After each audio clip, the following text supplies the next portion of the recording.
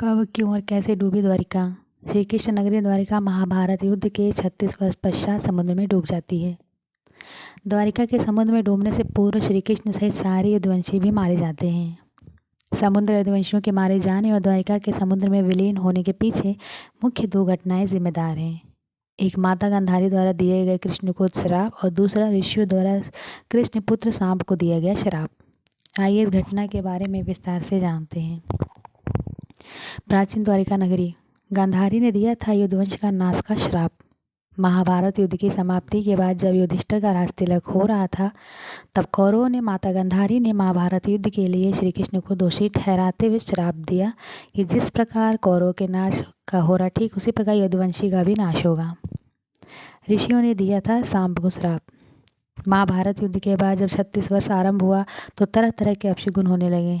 एक दिन महर्षि विश्वामित्र, कर्ण देव ऋषि, नारद आदि द्वारिका गए। वहाँ यादव कुल के कुछ नौकों ने उनके साथ परिहास करने को सोचा। वे श्री कृष्ण के पुत्र सांब को स्त्री वेश में ऋषियों के पास ले गए और कहा कि ये स्त्री गर्भवती है, इसके गर्भ से क्या उत्पन्न होगा। ऋषियों ने जब देखा कि युवक हमारा अपमान कर रहा है तो क्रोधित होकर उन्हें श्राप दिया। श्री कृष्ण का यह पुत्र वृषणी और अधिकवंशी पुत्रों का नाश करने के लिए एक लोहे मूसल उत्पन्न करेगा, जिसके द्वारा तुम जैसे क्रूर क्रोधी लोग अपने समस्त कुल का संहार करेंगे। उस मूसल के प्रभाव से केवल श्री कृष्ण और बलराम ही बच पाएंगे। श्री कृष्ण को जब यह बात पता चली तो उन्होंने कहा कि यह बात अवश्य सत्य होगी।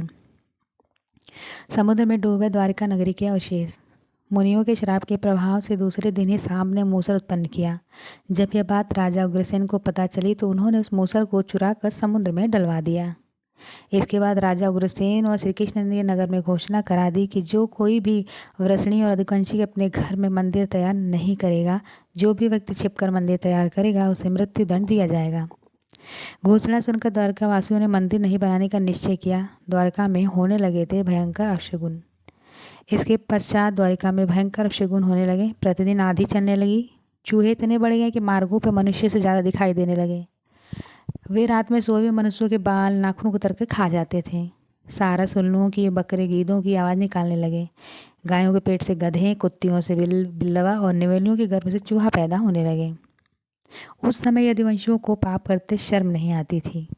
आतंकवासियों के हाथे मारे गए प्रद्युम्न जब श्री कृष्ण ने नगर में होने अपशगुनों को देखा तो उन्होंने सोचा कि कौरवों की माता गांधारी का श्राप सत्य होने पर समय आ गया है। इस अपशगुन को देखते पक्ष के 13वें दिन अमावस्या का संयोग जानकर श्री कृष्ण काल की अवस्था पर विचार करने लगे।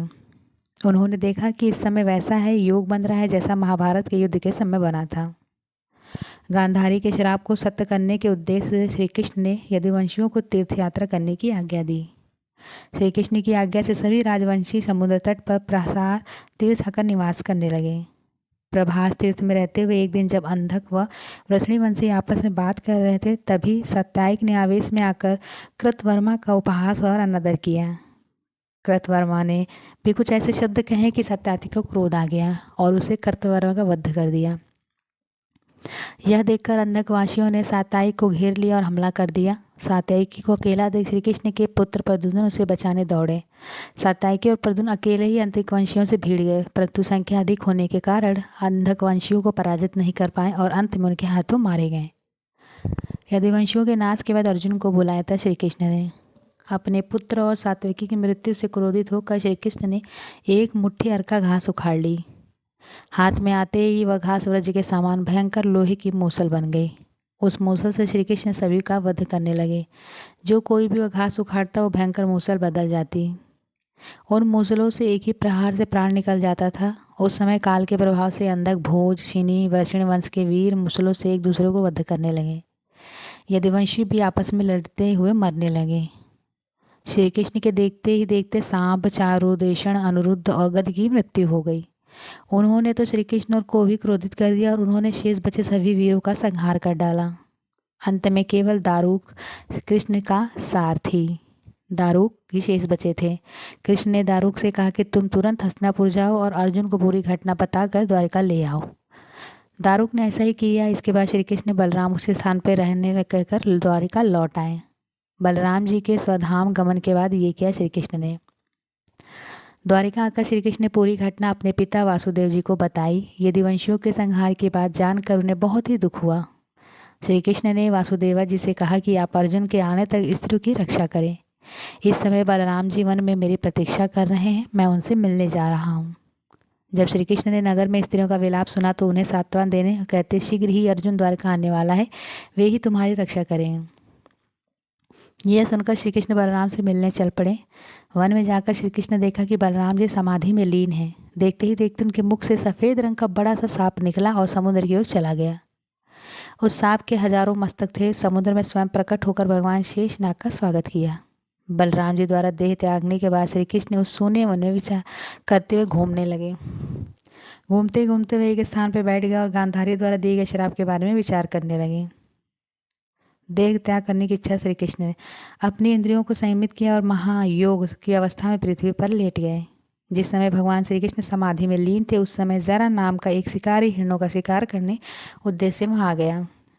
उसने हिरण समझकर दूर से ही श्री कृष्ण के बाढ़ चला दी। बाढ़ चलाने के बाद जब वो अपना शिकार पकड़ने के लिए आगे बढ़ता है तो योग में स्थिर भगवान श्री कृष्ण को देखकर उसे अपनी भूल पे पछतावा हुआ। तब श्री कृष्ण को उसे आश्वासन दिया और अपने परम धाम चले गए। अंतरिक्ष में पहुंचने पर इंद्र, अश्विनी कुमार, रुद्र, आदित्य, वसु, मुनि आदि सभी ने भगवान का स्वागत किया। इधर दारुक ने हस्तिनापुर जाकर यदुवंशियों के संहार की पूरी घटना पांडवों को बता दी। यह सुनकर पांडवों को बहुत शोक हुआ। अर्जुन तुरंत ही अपने मामा वसुदेव से मिलने के लिए द्वारिका चल दिए। अर्जुन जब द्वारिका पहुंचा तो वह दृश्य देखकर बहुत ही शोक हुआ। श्री कृष्ण की रानियां उन्हें देखकर रोने लगीं। उन्हें रोता देख अर्जुन भी रोने लगे और श्री कृष्ण को याद करने लगे। इसके बाद अर्जुन वासुदेव जी से मिले। अर्जुन को देखकर वासुदेव जी बिलख बिलख के रोने लगे। वासुदेव जी ने अर्जुन को श्री कृष्ण का संदेश सुनाते हुए कहा कि द्वारिका शीघ्र ही समुद्र में डूबने वाली है, अतः तुम सभी नगरवासियों को अपने साथ ले जाओ। अर्जुन अपने साथ ले गए श्री कृष्ण के परिवजनों को। वासुदेव जी की बात सुनकर अर्जुन ने दारुक के सभी मंत्रियों को बुलाने के लिए कहा। मंत्रियों के आते ही अर्जुन ने कहा कि मैं सभी नगरवासियों को यहाँ से इंद्रप्रस्थ ले जाऊंगा, क्योंकि शीघ्र ही नगर में समुद्र डूब जाएगा। अर्जुन ने मंत्रियों से कहा कि आज से 7वें दिन सभी लोग इंद्रप्रस्थ के लिए प्रस्थान करेंगे, इसलिए अब शीघ्र ही इसकी तैयारी शुरू कर दें। सभी मंत्री तुरंत अर्जुन की आज्ञा का पालन में जुट गए। अर्जुन ने वह रात श्री कृष्ण के महल में ही बिताई। अगली सुबह श्री कृष्ण के पिता वासुदेव जी ने प्राण त्याग दिए। अर्जुन के विधि विधान से उनका अंतिम संस्कार किया। वासुदेव जी की पत्नी देवकी, भद्रा, रोहिणी मदिरा में चित्ता पर बैठकर सती हो गई।